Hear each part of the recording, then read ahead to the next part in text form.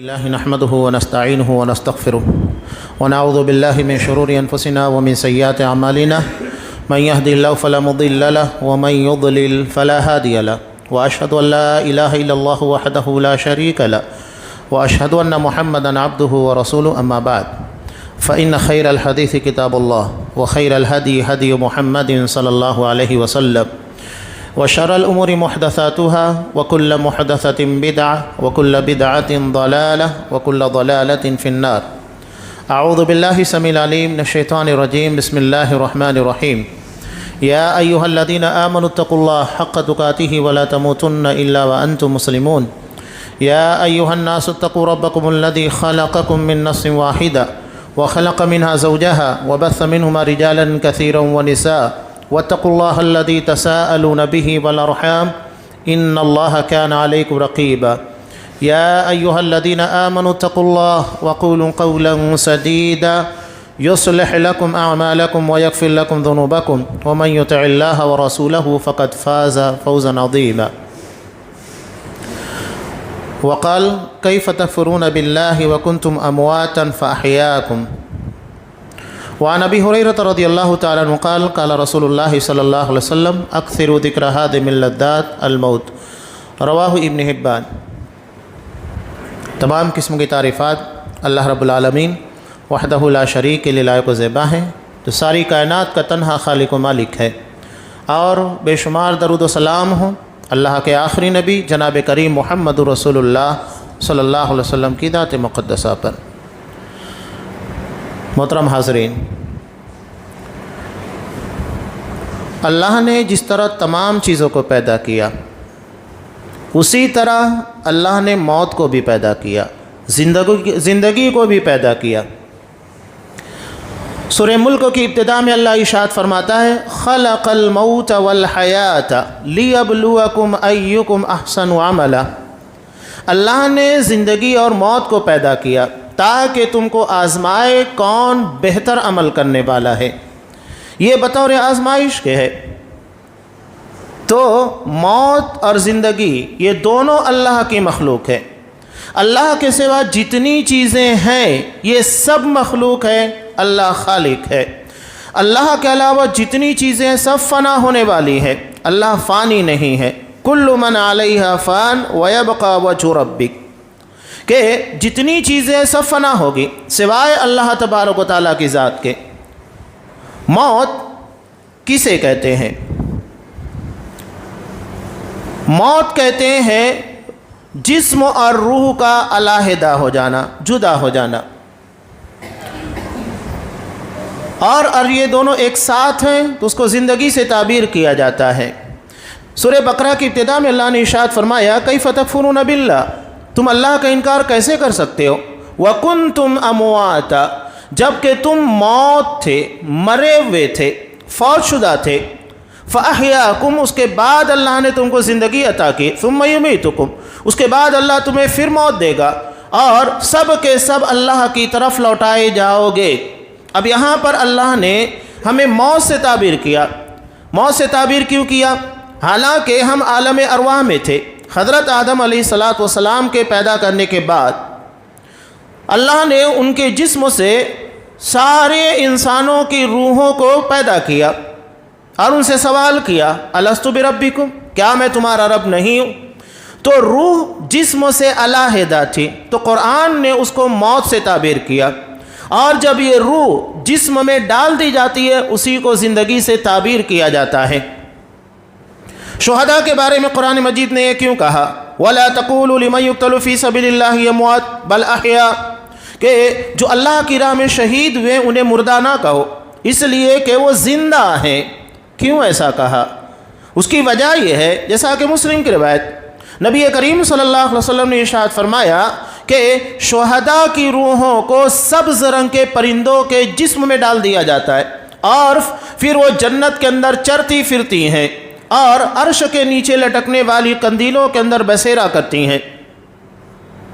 جو یہاں شہداء کو مردہ اس لیے نہیں کہا گیا ہے کہ ان کی روحوں کو جسم عطا کر دیا گیا، اور جن کے روحوں کو جسم نہیں عطا کیا جاتا ہے وہ مردہ ہوتے ہیں. لیکن قرآن مجید نے وہاں پر یہ بھی بیان کر دیا وَلَٰكِن لَّا تَشْعُرُونَ، تم اسے اپنے محسوسات میں نہیں لا سکتے۔ کیوں؟ اس لیے کہ وہ برزخی زندگی ہے، جنت کی زندگی، ہم نے اس زندگی کو نہیں دیکھا، تو ہم کیسے کہہ سکتے ہیں کہ کس کی کیا حالت ہے؟ قرآن نے جتنا بیان کیا اس پر ہمارا ایمان ہے، اس پر یقین ہے، اس کے آگے ہم کسی قسم کا سوال، کیفیت یا اس کے بارے میں کسی بھی چیز کو ہمارے سامنے لا کر پیش کرنا تصوراتی طور پر غلط۔ جتنا قرآن نے بتا دیا اتنا ہم مانتے ہیں، اسی کے پر ہمارا ایمان و یقین ہے۔ تو یہ موت ہے۔ موت کے تعلق سے ایک بہت پیاری بات کہی جاتی ہے، موت الجسر یوصل الحبیب من الحبیب، موت ایک پل ہے جو ایک محبت کرنے والے کو دوسرے محبت کرنے والے سے ملاتا ہے۔ تمام مومنوں کا محبوب حقیقی کون ہے؟ اللہ تبارک و تعالی۔ لیکن جب تک موت کے پل کو کراس نہیں کریں گے اللہ سے ملاقات نہیں ہو سکتی۔ اسی لیے کہا جاتا ہے کہ موت ایک پل ہے جو ایک محبت کرنے والے کو دوسرے محبت کرنے والے سے ملاتا ہے۔ یہی وجہ ہے کہ اصحاب کرام ہنستے ہوئے اپنی جان قربان کیا کرتے تھے۔ آپ صلی اللہ علیہ وسلم کے پر جنگ احد کے موقع پر شدید حملہ ہوا، یکے بعد دیگرے انصاری اصحاب کرام شہید ہوتے گئے۔ 17 اصحاب کرام، 17 یا 14 کھڑے ہو رہے ہیں، تیر آ رہا ہے اپنے سینوں کے پر، اپنے ہاتھوں پر روک رہے ہیں۔ ایک شہید ہوا، دوسرا آیا، وہ تیسرا آیا، یہاں تک کہ 14 اصحاب کرام نے یکے بعد دیگرے آپ صلی اللہ علیہ وسلم کی جان کے تحفظ کے لیے اپنی قربانی پیش کی۔ آپ صلی اللہ علیہ وسلم صحابہ کے تعلق سے دیکھیے، میدان جنگ میں جاتے ہیں، دیکھتے ہیں میدان جنگ کے خاتمے کے بعد ایک صحابی زندگی کی بالکل آخری سانسیں جاری ہیں، آپ صلی اللہ علیہ وسلم نے بڑی محبت کے ساتھ انہیں اپنے زانوں کے پر ان کے سر کو رکھا، مسکراتے ہوئے آپ صلی اللہ علیہ وسلم کو دیکھا اور کہا فزت ورب الکعبہ، کعبے کے رب کی قسم میں کامیاب ہو گیا، اور مسکراتے ہوئے اپنی جان دے دی۔ کیوں؟ اس لیے کہ ان کی نظر میں اللہ کی محبت بہت شدید تھی، محبت موت سے نفرت نہیں کرتے تھے۔ نبی کریم صلی اللہ علیہ وسلم نے بھی زندگی کی پریشانیوں کے مد نظر کہا، کبھی کبھی انسان اپنی زندگی کے اندر اتنا حیران ہو جاتا ہے تو موت کے تعلق سے سوچتا ہے۔ آپ صلی اللہ علیہ وسلم نے منع کیا، لا تتمنوا الموت، موت کی تمنا مت کرو، اس لیے کہ اللہ نے جو زندگی دی ہے وہ ہمارے لیے فائدہ مند ہے، اس میں نیک اعمال کریں، توبہ کریں، یہ ہمارے لیے فائدہ مند ہے، یہ ہماری آخرت کو سنوارنے کا ذریعہ ہے، تو موت کی تمنا کرنے سے منع کیا گیا ہے۔ لیکن ایک بڑی اہم وجہ کہ آخر اللہ نے یہودیوں کے تعلق سے کیوں کہا کہ قل ان کنتم تحبون اللہ، کہ اگر تم اللہ سے محبت کرتے ہو جیسا کہ تم نے کہا کہ ہم اللہ کے چہیتے ہیں، تو قرآن نے کیا کہا فتمنوا الموت ان کنتم صادقین، تو اگر یہ دعویٰ ہے تمہارا نحن ابناء اللہ و احباؤہ، ہم اللہ کے محبوب اس کے چہیتے ہیں، تو ایک کام کرو فتمنوا الموت، موت کی تمنا کرو، یعنی اللہ سے ملاقات کی تمنا کرو، اس لیے کہ بغیر موت کے اللہ سے تمہاری ملاقات نہیں ہو سکتی ہے، ان کنتم صادقین، اگر تم سچے ہو۔ لیکن قرآن کیا کہتا ہے؟ وہ موت کی تمنا نہیں کریں گے، بلکہ ان میں کا ایک شخص یہ چاہتا ہے یود احدہم، ان میں کا شخص یہ چاہتا ہے لو یعمر الف سنہ، کاش اسے 1000 سال کی زندگی دی جائے۔ لیکن کیا 1000 سال کی زندگی ملنے کے بعد موت نہیں آئے گی؟ موت آئے گی، کل نفس ذائقۃ الموت، ہر نفس کو موت کا مزہ چکھنا ہے۔ اب یہاں موت کے تعلق سے قرآن مجید نے جو باتیں بیان کی، موت کہیں پر بھی رہو آنے والی ہے۔ لوگ یہ تصور کریں گے محفوظ قلعوں کے اندر یا ایسے مقامات پر چلے جائیں جہاں ان کی سیکورٹی بہت اچھی ہو، جہاں ان کے جان اور ان ساری چیزوں کا تحفظ بڑا اچھا ہو، نہیں، قرآن صاف کہتا ہے اینما تکونوا، جہاں کہیں بھی رہو یدرککم الموت، موت تمہیں آ پکڑے گی۔ یہی ہمارا عقیدہ ہے جو قرآن مجید نے بیان کیا، موت ہر کسی کو آنے والی ہے، ایسا نہیں ہے کہ موت سے کوئی بیگانہ ہے، اور موت اپنے وقت کے پر آئے گی۔ لکل اجل مسمى، اللہ نے ہر کسی کے لیے ایک وقت متعین کر دیا، بلکہ انسان دنیا میں آنے سے پہلے اپنی موت کا وقت لکھوا کر آتا ہے۔ مسلم کی روایت حضرت عبداللہ بن مسعود رضی اللہ تعالیٰ عنہ سے مروی کہ جب بچہ اپنے ماں کے پیٹ میں 4 مہینے کا ہوتا ہے، اسی وقت ملک رحم یعنی بچہ دانی کے پر متعین فرشتہ یہ آتا ہے اور اللہ کے حکم سے وہ نیک ہوگا، بد ہوگا، کتنی زندگی ہوگی، موت کب آئے گی، سب لکھ دیا جاتا ہے۔ نیک بخت ہوگا، بدبخت ہوگا، سب وہیں پر لکھ دیا جاتا ہے۔ یہ اللہ کا علم ہے۔ واللہ بکل شیء علیم، اللہ ہر چیز کو جانتا ہے۔ تو اللہ ازل سے ساری چیزوں کو جانتا ہے اور اسی علم کا حصہ ہے جو زندگی کے پہلے ہی انسان کے رحم مادر کے اندر ساری چیزوں کو لکھ دیا جاتا ہے۔ موت اپنے وقت پر آتی ہے، ایک لمحے کے لیے آگے پیچھے نہیں ہوتی، اور موت کا علم سوائے اللہ کے کسی کو نہیں اللہ تبارک و تعالیٰ کے علاوہ۔ سورہ لقمان کے اخیر میں اللہ تبارک و تعالیٰ نے غیب کی 5 چیزوں کے بارے میں تذکرہ کیا۔ ان اللہ عندہ علم الساعۃ وینزل الغیث ویعلم ما فی الارحام وما تدری نفس ماذا تکسب غدا وما تدری نفس بأی ارض تموت ان اللہ علیم خبیر۔ اللہ ہی کے پاس آخرت کا علم ہے، قیامت کب آئے گی اس کے علاوہ کوئی نہیں جانتا ہے۔ وینزل الغیث، بارش کب کتنی نفع بخش ہوگی، نقصان دے ہوگی، اللہ ہی جانتا ہے۔ ابھی ہم دیکھ رہے ہیں جیسا کہ ہمارے اپنے علاقے کے اعتبار سے ٹھنڈی کا موسم ہے، اب اس میں بارش ایک لمبے علاقے کے اندر ہو رہی ہے جسے ہم بے موسم بارش کہتے ہیں۔ ٹھیک ہے، جو موسم نہیں ہے اس کے ہٹ کر بارش ہو رہی ہے، لیکن اللہ یہی تو بتا رہا ہے وہ ہر چیز کے پر قدرت رکھتا ہے۔ چاہے تو گرمی کے دنوں کے اندر ٹھنڈ لے کر آئے، ٹھنڈی کے دنوں کے اندر بارش برسا دے، وہ ہر چیز کے پر قدرت رکھنے والا، اور وہ کائنات کا متصرف ہے۔ اللہ کی کائنات میں اللہ کا حکم چلے گا، وہ کسی قانون کا پابند نہیں ہے، بلکہ اللہ نے تمام چیزوں کے لیے قانون بنائے اور ہر کوئی چیز اپنے قانون فطرت کے مطابق ہی چلتی ہے۔ تو اللہ نے جو چیز جہاں جیسے کی ویسے ہوگا۔ وَيُنَزِّلُ الْغَيْثَ، اللہ بہتر جانتا ہے بارش کب کہاں کتنی نازل ہوگی۔ وَيَعْلَمُ مَا فِي الْأَرْحَامِ، رحم یعنی بچہ دانی کے اندر کیا ہے۔ قرآن نے یہ نہیں کہا کہ من فی الارحام، کہ بچہ دانی کے اندر کون ہے۔ یہ کوئی بڑا مسئلہ نہیں ہے کہ آپ بچے کے بارے میں تشخیص کر لیں کہ لڑکا ہے یا لڑکی ہے، یہ کمال کی بات تھوڑی ہے۔ کمال کی بات یہ ہے، قرآن کہہ رہا ہے کہ ماں کیا ہے، وہ نیک بخت ہے، بدبخت ہے، کتنی عمر پائے گا، کتنی نہیں پائے گا، اچھا ہوگا، برا ہوگا، یہ جاننا اس وقت تو کون کہہ سکتا ہے۔ ایک انسان کو دیکھنے کے بعد ہم نہیں کہہ سکتے کہ اچھا ہے برا ہے۔ اللہ تبارک و تعالیٰ تو جب وہ اپنے ماں کے پیٹ میں ہوتا ہے تبھی سے جانتا ہے، بلکہ اللہ ازل سے ساری چیزوں کا علم رکھتا ہے۔ یہ ہے اللہ کا علم۔ اور اس کے بعد اللہ نے کیا کہا، وَمَا تَدْرِي نَفْسٌ مَاذَا تَكْسِبُ غَدًا، انسان کل کیا کمائے گا، پروفٹ نقصان کیا ہوگا، یہ صرف اللہ ہی جانتا ہے۔ وَمَا تَدْرِي نَفْسٌ بِأَيِّ أَرْضٍ تَمُوتُ، اور اللہ ہی بہتر جانتا ہے کہ کس جگہ کے پر کس کی موت آئے گی۔ جگہ کا بھی تعین اللہ کو ہے، وہ وہی جانتا ہے کس جگہ کے پر کس کی موت آئے گی۔ انسان کی موت جہاں لکھی ہوتی ہے وہ اسی جگہ پر چل کر جاتا ہے۔ اب یہاں بہت سارے لوگ پیر ولی بزرگوں کے نام کے پر، یہ کرامات نہیں ہے۔ جو چیز قرآن و حدیث کے خلاف ہے وہ کرامت ہو ہی نہیں سکتی ہے، بلکہ وہ جہالت ہے۔ بزرگوں کے واقعات بیان کرتے ہوئے کہ فلاں بزرگوں کو اپنی موت کا وقت معلوم تھا، جگہ معلوم تھی، وہاں گئے اور اس وقت جو بتایا تھا اسی وقت ان کی موت واقع بھی، یہ کیا بات؟ آپ قرآن و حدیث کا کھلا کھلواڑ کر رہے۔ اللہ کہہ رہا ہے کہ اللہ کے علاوہ کوئی نہیں جانتا کس کی موت کب اور کہاں آنے والی ہے، اور تم یہ کہہ رہے ہو کہ فلاں بزرگوں کو معلوم ہے، تو نعوذ باللہ تم اللہ کے دعوے کے خلاف اسے کھڑا کر رہے ہو۔ اللہ ہی بہتر جانتا ہے کس کی موت کہاں کس مقام کے پر آنے والی ہے۔ ان اللہ علیم خبیر، اس لیے کہ اللہ ہی جاننے والا اور پوری خبر رکھنے والا ہے۔ تو یہ موت کے تعلق سے قرآن مجید نے جو چیز بیان کی، سورہ واقعہ اخیر میں پڑھیے، اور یہ دنیا کے تمام انسانوں کے لیے چیلنج ہے۔ موت کے وقت قرآن کیا کہتا ہے کہ انسان بیٹھا ہوا ہے، کوئی پیشنٹ ہے، لگتا ہے کہ ہاں یہ موت کا وقت تو قریب آ چکا ہے، یا کوئی بھی ہو، اچانک اگر کسی کا ہارٹ پرابلم ہوا، موت تھوڑے دیر میں آ جاتی ہے، تو سامنے بیٹھے ہوئے ہیں۔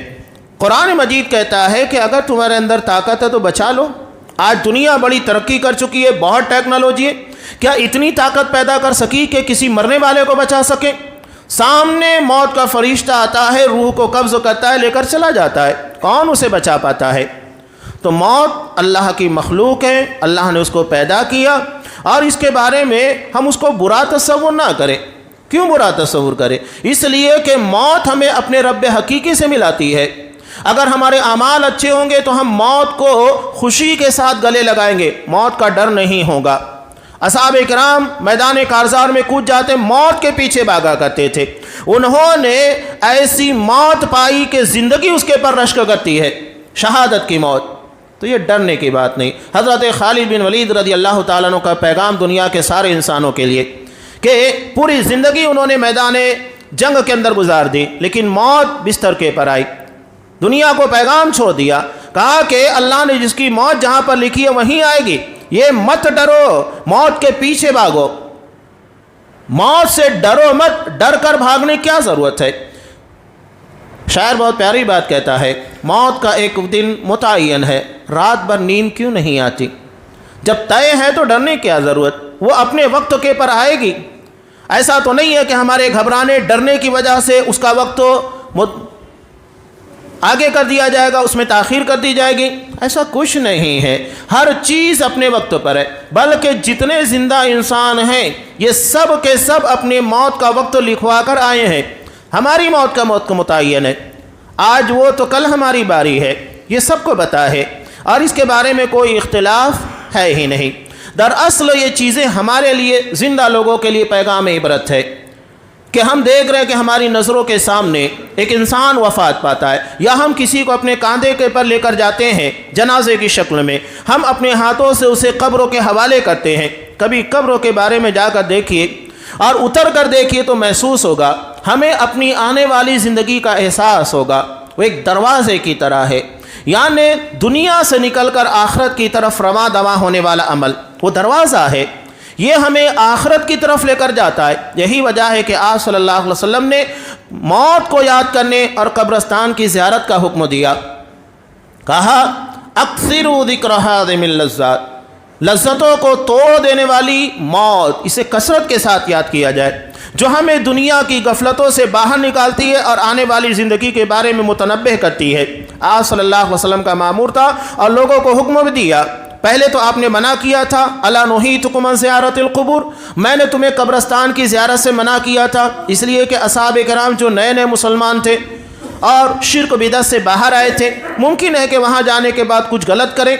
جب ان کا ایمان، ان کا عقیدہ پختہ ہو گیا، تب آپ صلی اللہ علیہ وسلم نے کہا الا فزوروها، سنو اب اس کی زیارت کرو، فإنها تذکر الآخرہ، اس لیے کہ یہ آخرت کی یاد دلاتی ہے۔ آپ صلی اللہ علیہ وسلم عمومی طور کے پر تہجد کے موقع پر قبرستان جایا کرتے تھے۔ یہ ایسا وقت ہوتا ہے جب انسان دنیا کی تمام مصروفیات سے فارغ ہوتا ہے اور دل مکمل طریقے سے آخرت کی طرف لگتا ہے۔ جا کر آپ دیکھیے قبرستان، احساس ہوگا، دل کے اندر ایمان کی روشنی بڑھے گی، انسان کو اپنی آخرت کی یاد تازہ ہوگی۔ یہ سب سے بہتر وقت ہے جو آپ صلی اللہ علیہ وسلم کیا کرتے تھے۔ تو ایک بڑا فائدہ مزید، موت سے پہلے اللہ نے ہمارے لیے توبہ کا دروازہ کھلا رکھا ہے، جس کی بنیاد کے پر ہمارے گناہوں کو بخش دیا جاتا ہے۔ جیسا کہ ابن ماجہ کی روایت میں کہ ان اللہ یقبل توبۃ العبد ما لم یغرغر، یقیناً اللہ تبارک و تعالیٰ بندے کی توبہ قبول کرتا ہے جب تک وہ گرگرے میں نہ آ جائے۔ غرغرہ کس کو کہا جاتا ہے؟ جسے ہم سکرات کہتے ہیں، یعنی مرنے والے کو آپ پانی پلائیے، پانی پلانے کے بعد پانی حلق میں ہی گر گر کرنے لگے، وہ نیچے نہ اترے، یہ گرگرہ ہوتا ہے سکرات۔ اللہ اس کے بعد توبہ کا دروازہ بند کر دیتا ہے، اس کے لیے اب کوئی معافی تلافی نہیں۔ تو اس کے پہلے توبہ کر لیا جائے۔ یہ کب ممکن ہوگا؟ جب ہم موت کو یاد کریں گے، جب ہم کثرت کے ساتھ قبرستان کی زیارت کریں گے کہ آج ہم کسی کو دفن کرنے آئے ہیں، کل ہمیں کوئی اور دفن کرنے آئے گا، ہمیں آنا ہے، اس سے کسی کو انکار نہیں ہے، ہر کسی کو اس جگہ کے پر جانا ہے۔ اور آج ہمارے لیے دنیا کے بہت سارے فسادات کی ایک بڑی وجہ، بگاڑ کی اور بدعمالیوں کی وجہ یہی ہے کہ ہم موت کو بھلا بیٹھے ہیں، ہم قبرستان کی زیارت نہیں کرتے، ہم آنے والی زندگی کے تعلق سے سوچتے نہیں ہیں۔ یہ ہمارے لیے سب سے بڑا المیہ بنا ہوا ہے، جبکہ آپ صلی اللہ علیہ وسلم نے کثرت کے ساتھ موت کو یاد کرنے کا حکم دیا۔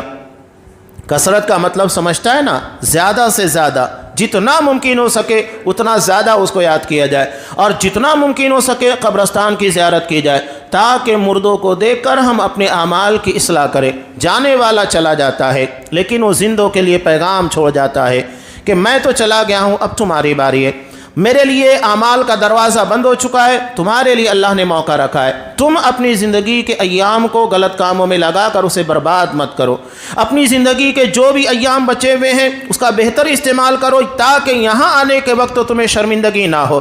آپ صلی اللہ علیہ وسلم موت کے تعلق سے کہتے ہیں، قبر یہ کیا کہتی ہے؟ انا بیت الوحشہ، میں تنہائی کا گھر ہوں، اکیلا ہے انسان، وہاں اکیلا جاتا ہے، بیٹا بڑی محبت کرتا ہے، بیوی بڑی محبت کرتی ہے، اولاد رشتہ دار کوئی ساتھ نہیں جاتا ہے، سب دفن کرنے تک وہاں موجود ہوں گے، لیکن کوئی قبر میں ساتھ نہیں جائے گا، وہاں صرف ہمارے اعمال ہوں گے۔ اور یہ کب اس کی توفیق ہوگی؟ جب ہم موت کو کثرت سے یاد کریں گے۔ تو اس لیے قرآن مجید نے اس کے تعلق سے جو چیزیں بیان کی اس کے بارے میں ہمیں بہت متنبہ رہنا ہے۔ آپ صلی اللہ علیہ وسلم نے کثرت کے ساتھ موت کو یاد کرنے کا حکم دیا تاکہ لذتیں جو ہمیں دنیا کے اعمال میں مشغول کر دیتی ہے، جس سے ہم آخرت کو بلا بیٹھتے ہیں، جس کی بنیاد کے پر ہماری آخرت تباہ ہوتی ہے، ان ساری چیزوں کے اندر ہم اپنے آپ کو نہ لگا سکے۔ اللہ تبارک و تعالیٰ سے دعا ہے کہ پروردگار موت جو ہر کسی کو آنی ہے، ہمیں ایسی موت دے کے زندگی اس کے پر رشک کرے، ہمیں موت سے پہلے توبہ کی توفیق عنایت فرما، موت سے پہلے اپنے تمام تر معاملات کی اصلاح کی توفیق دے، موت سے پہلے معافی تلافی کی توفیق دے، اور جو ہمارے درمیان سے جا چکے ہیں، جیسا کہ ابھی قریب میں ہی آپ لوگوں کو پتہ ہے کہ اس مسجد کے متولی اور ہمارے انتہائی عزیز نثار احمد باٹلی والے رحمہ اللہ، اللہ تبارک و تعالیٰ ان کی قبر کو روضۃ من ریاض الجنہ بنا دے، ان کی سیئات کو حسنات کے اندر، نیکیوں کے اندر تبدیل کر دے، اور ان کے جو لواحقین ہیں، پسماندگان ہیں، انہیں صبر جمیل عطا فرمائے۔ یہ ہمارے لیے ایک پیغام ہے۔ تو یہ جو چلے گئے، قرآن نے ان کے بارے میں ہم کو وصیت کی ہے مغفرت کی دعا کرنا ہے، تو ہم بھی ان کے لیے مغفرت کی دعا کریں۔ ربنا اغفر لنا ولاخواننا الذین سبقونا بالایمان، اللہ ہمیں بخش دے اور ہمارے ان تمام بھائیوں کو جو ہم سے پہلے دنیا سے جا چکے ہیں، ولا تجعل فی قلوبنا غلا للذین آمنوا، اور ہمارے دلوں میں ان کے لیے کوئی بغض نہ رکھ، مومنوں کے تعلق سے بغض نہیں ہونا چاہیے۔ خاص طور سے آپ صلی اللہ علیہ وسلم نے مرنے والے کے تعلق سے کہا کہ ان کی برائیاں نہ بیان کی جائے، صرف اچھائیاں بیان کی جائیں اور برائیوں کو نظر انداز کیا جائے، مغفرت کی دعا کی جائے۔ تو یہ ہماری ذمہ داری ہے۔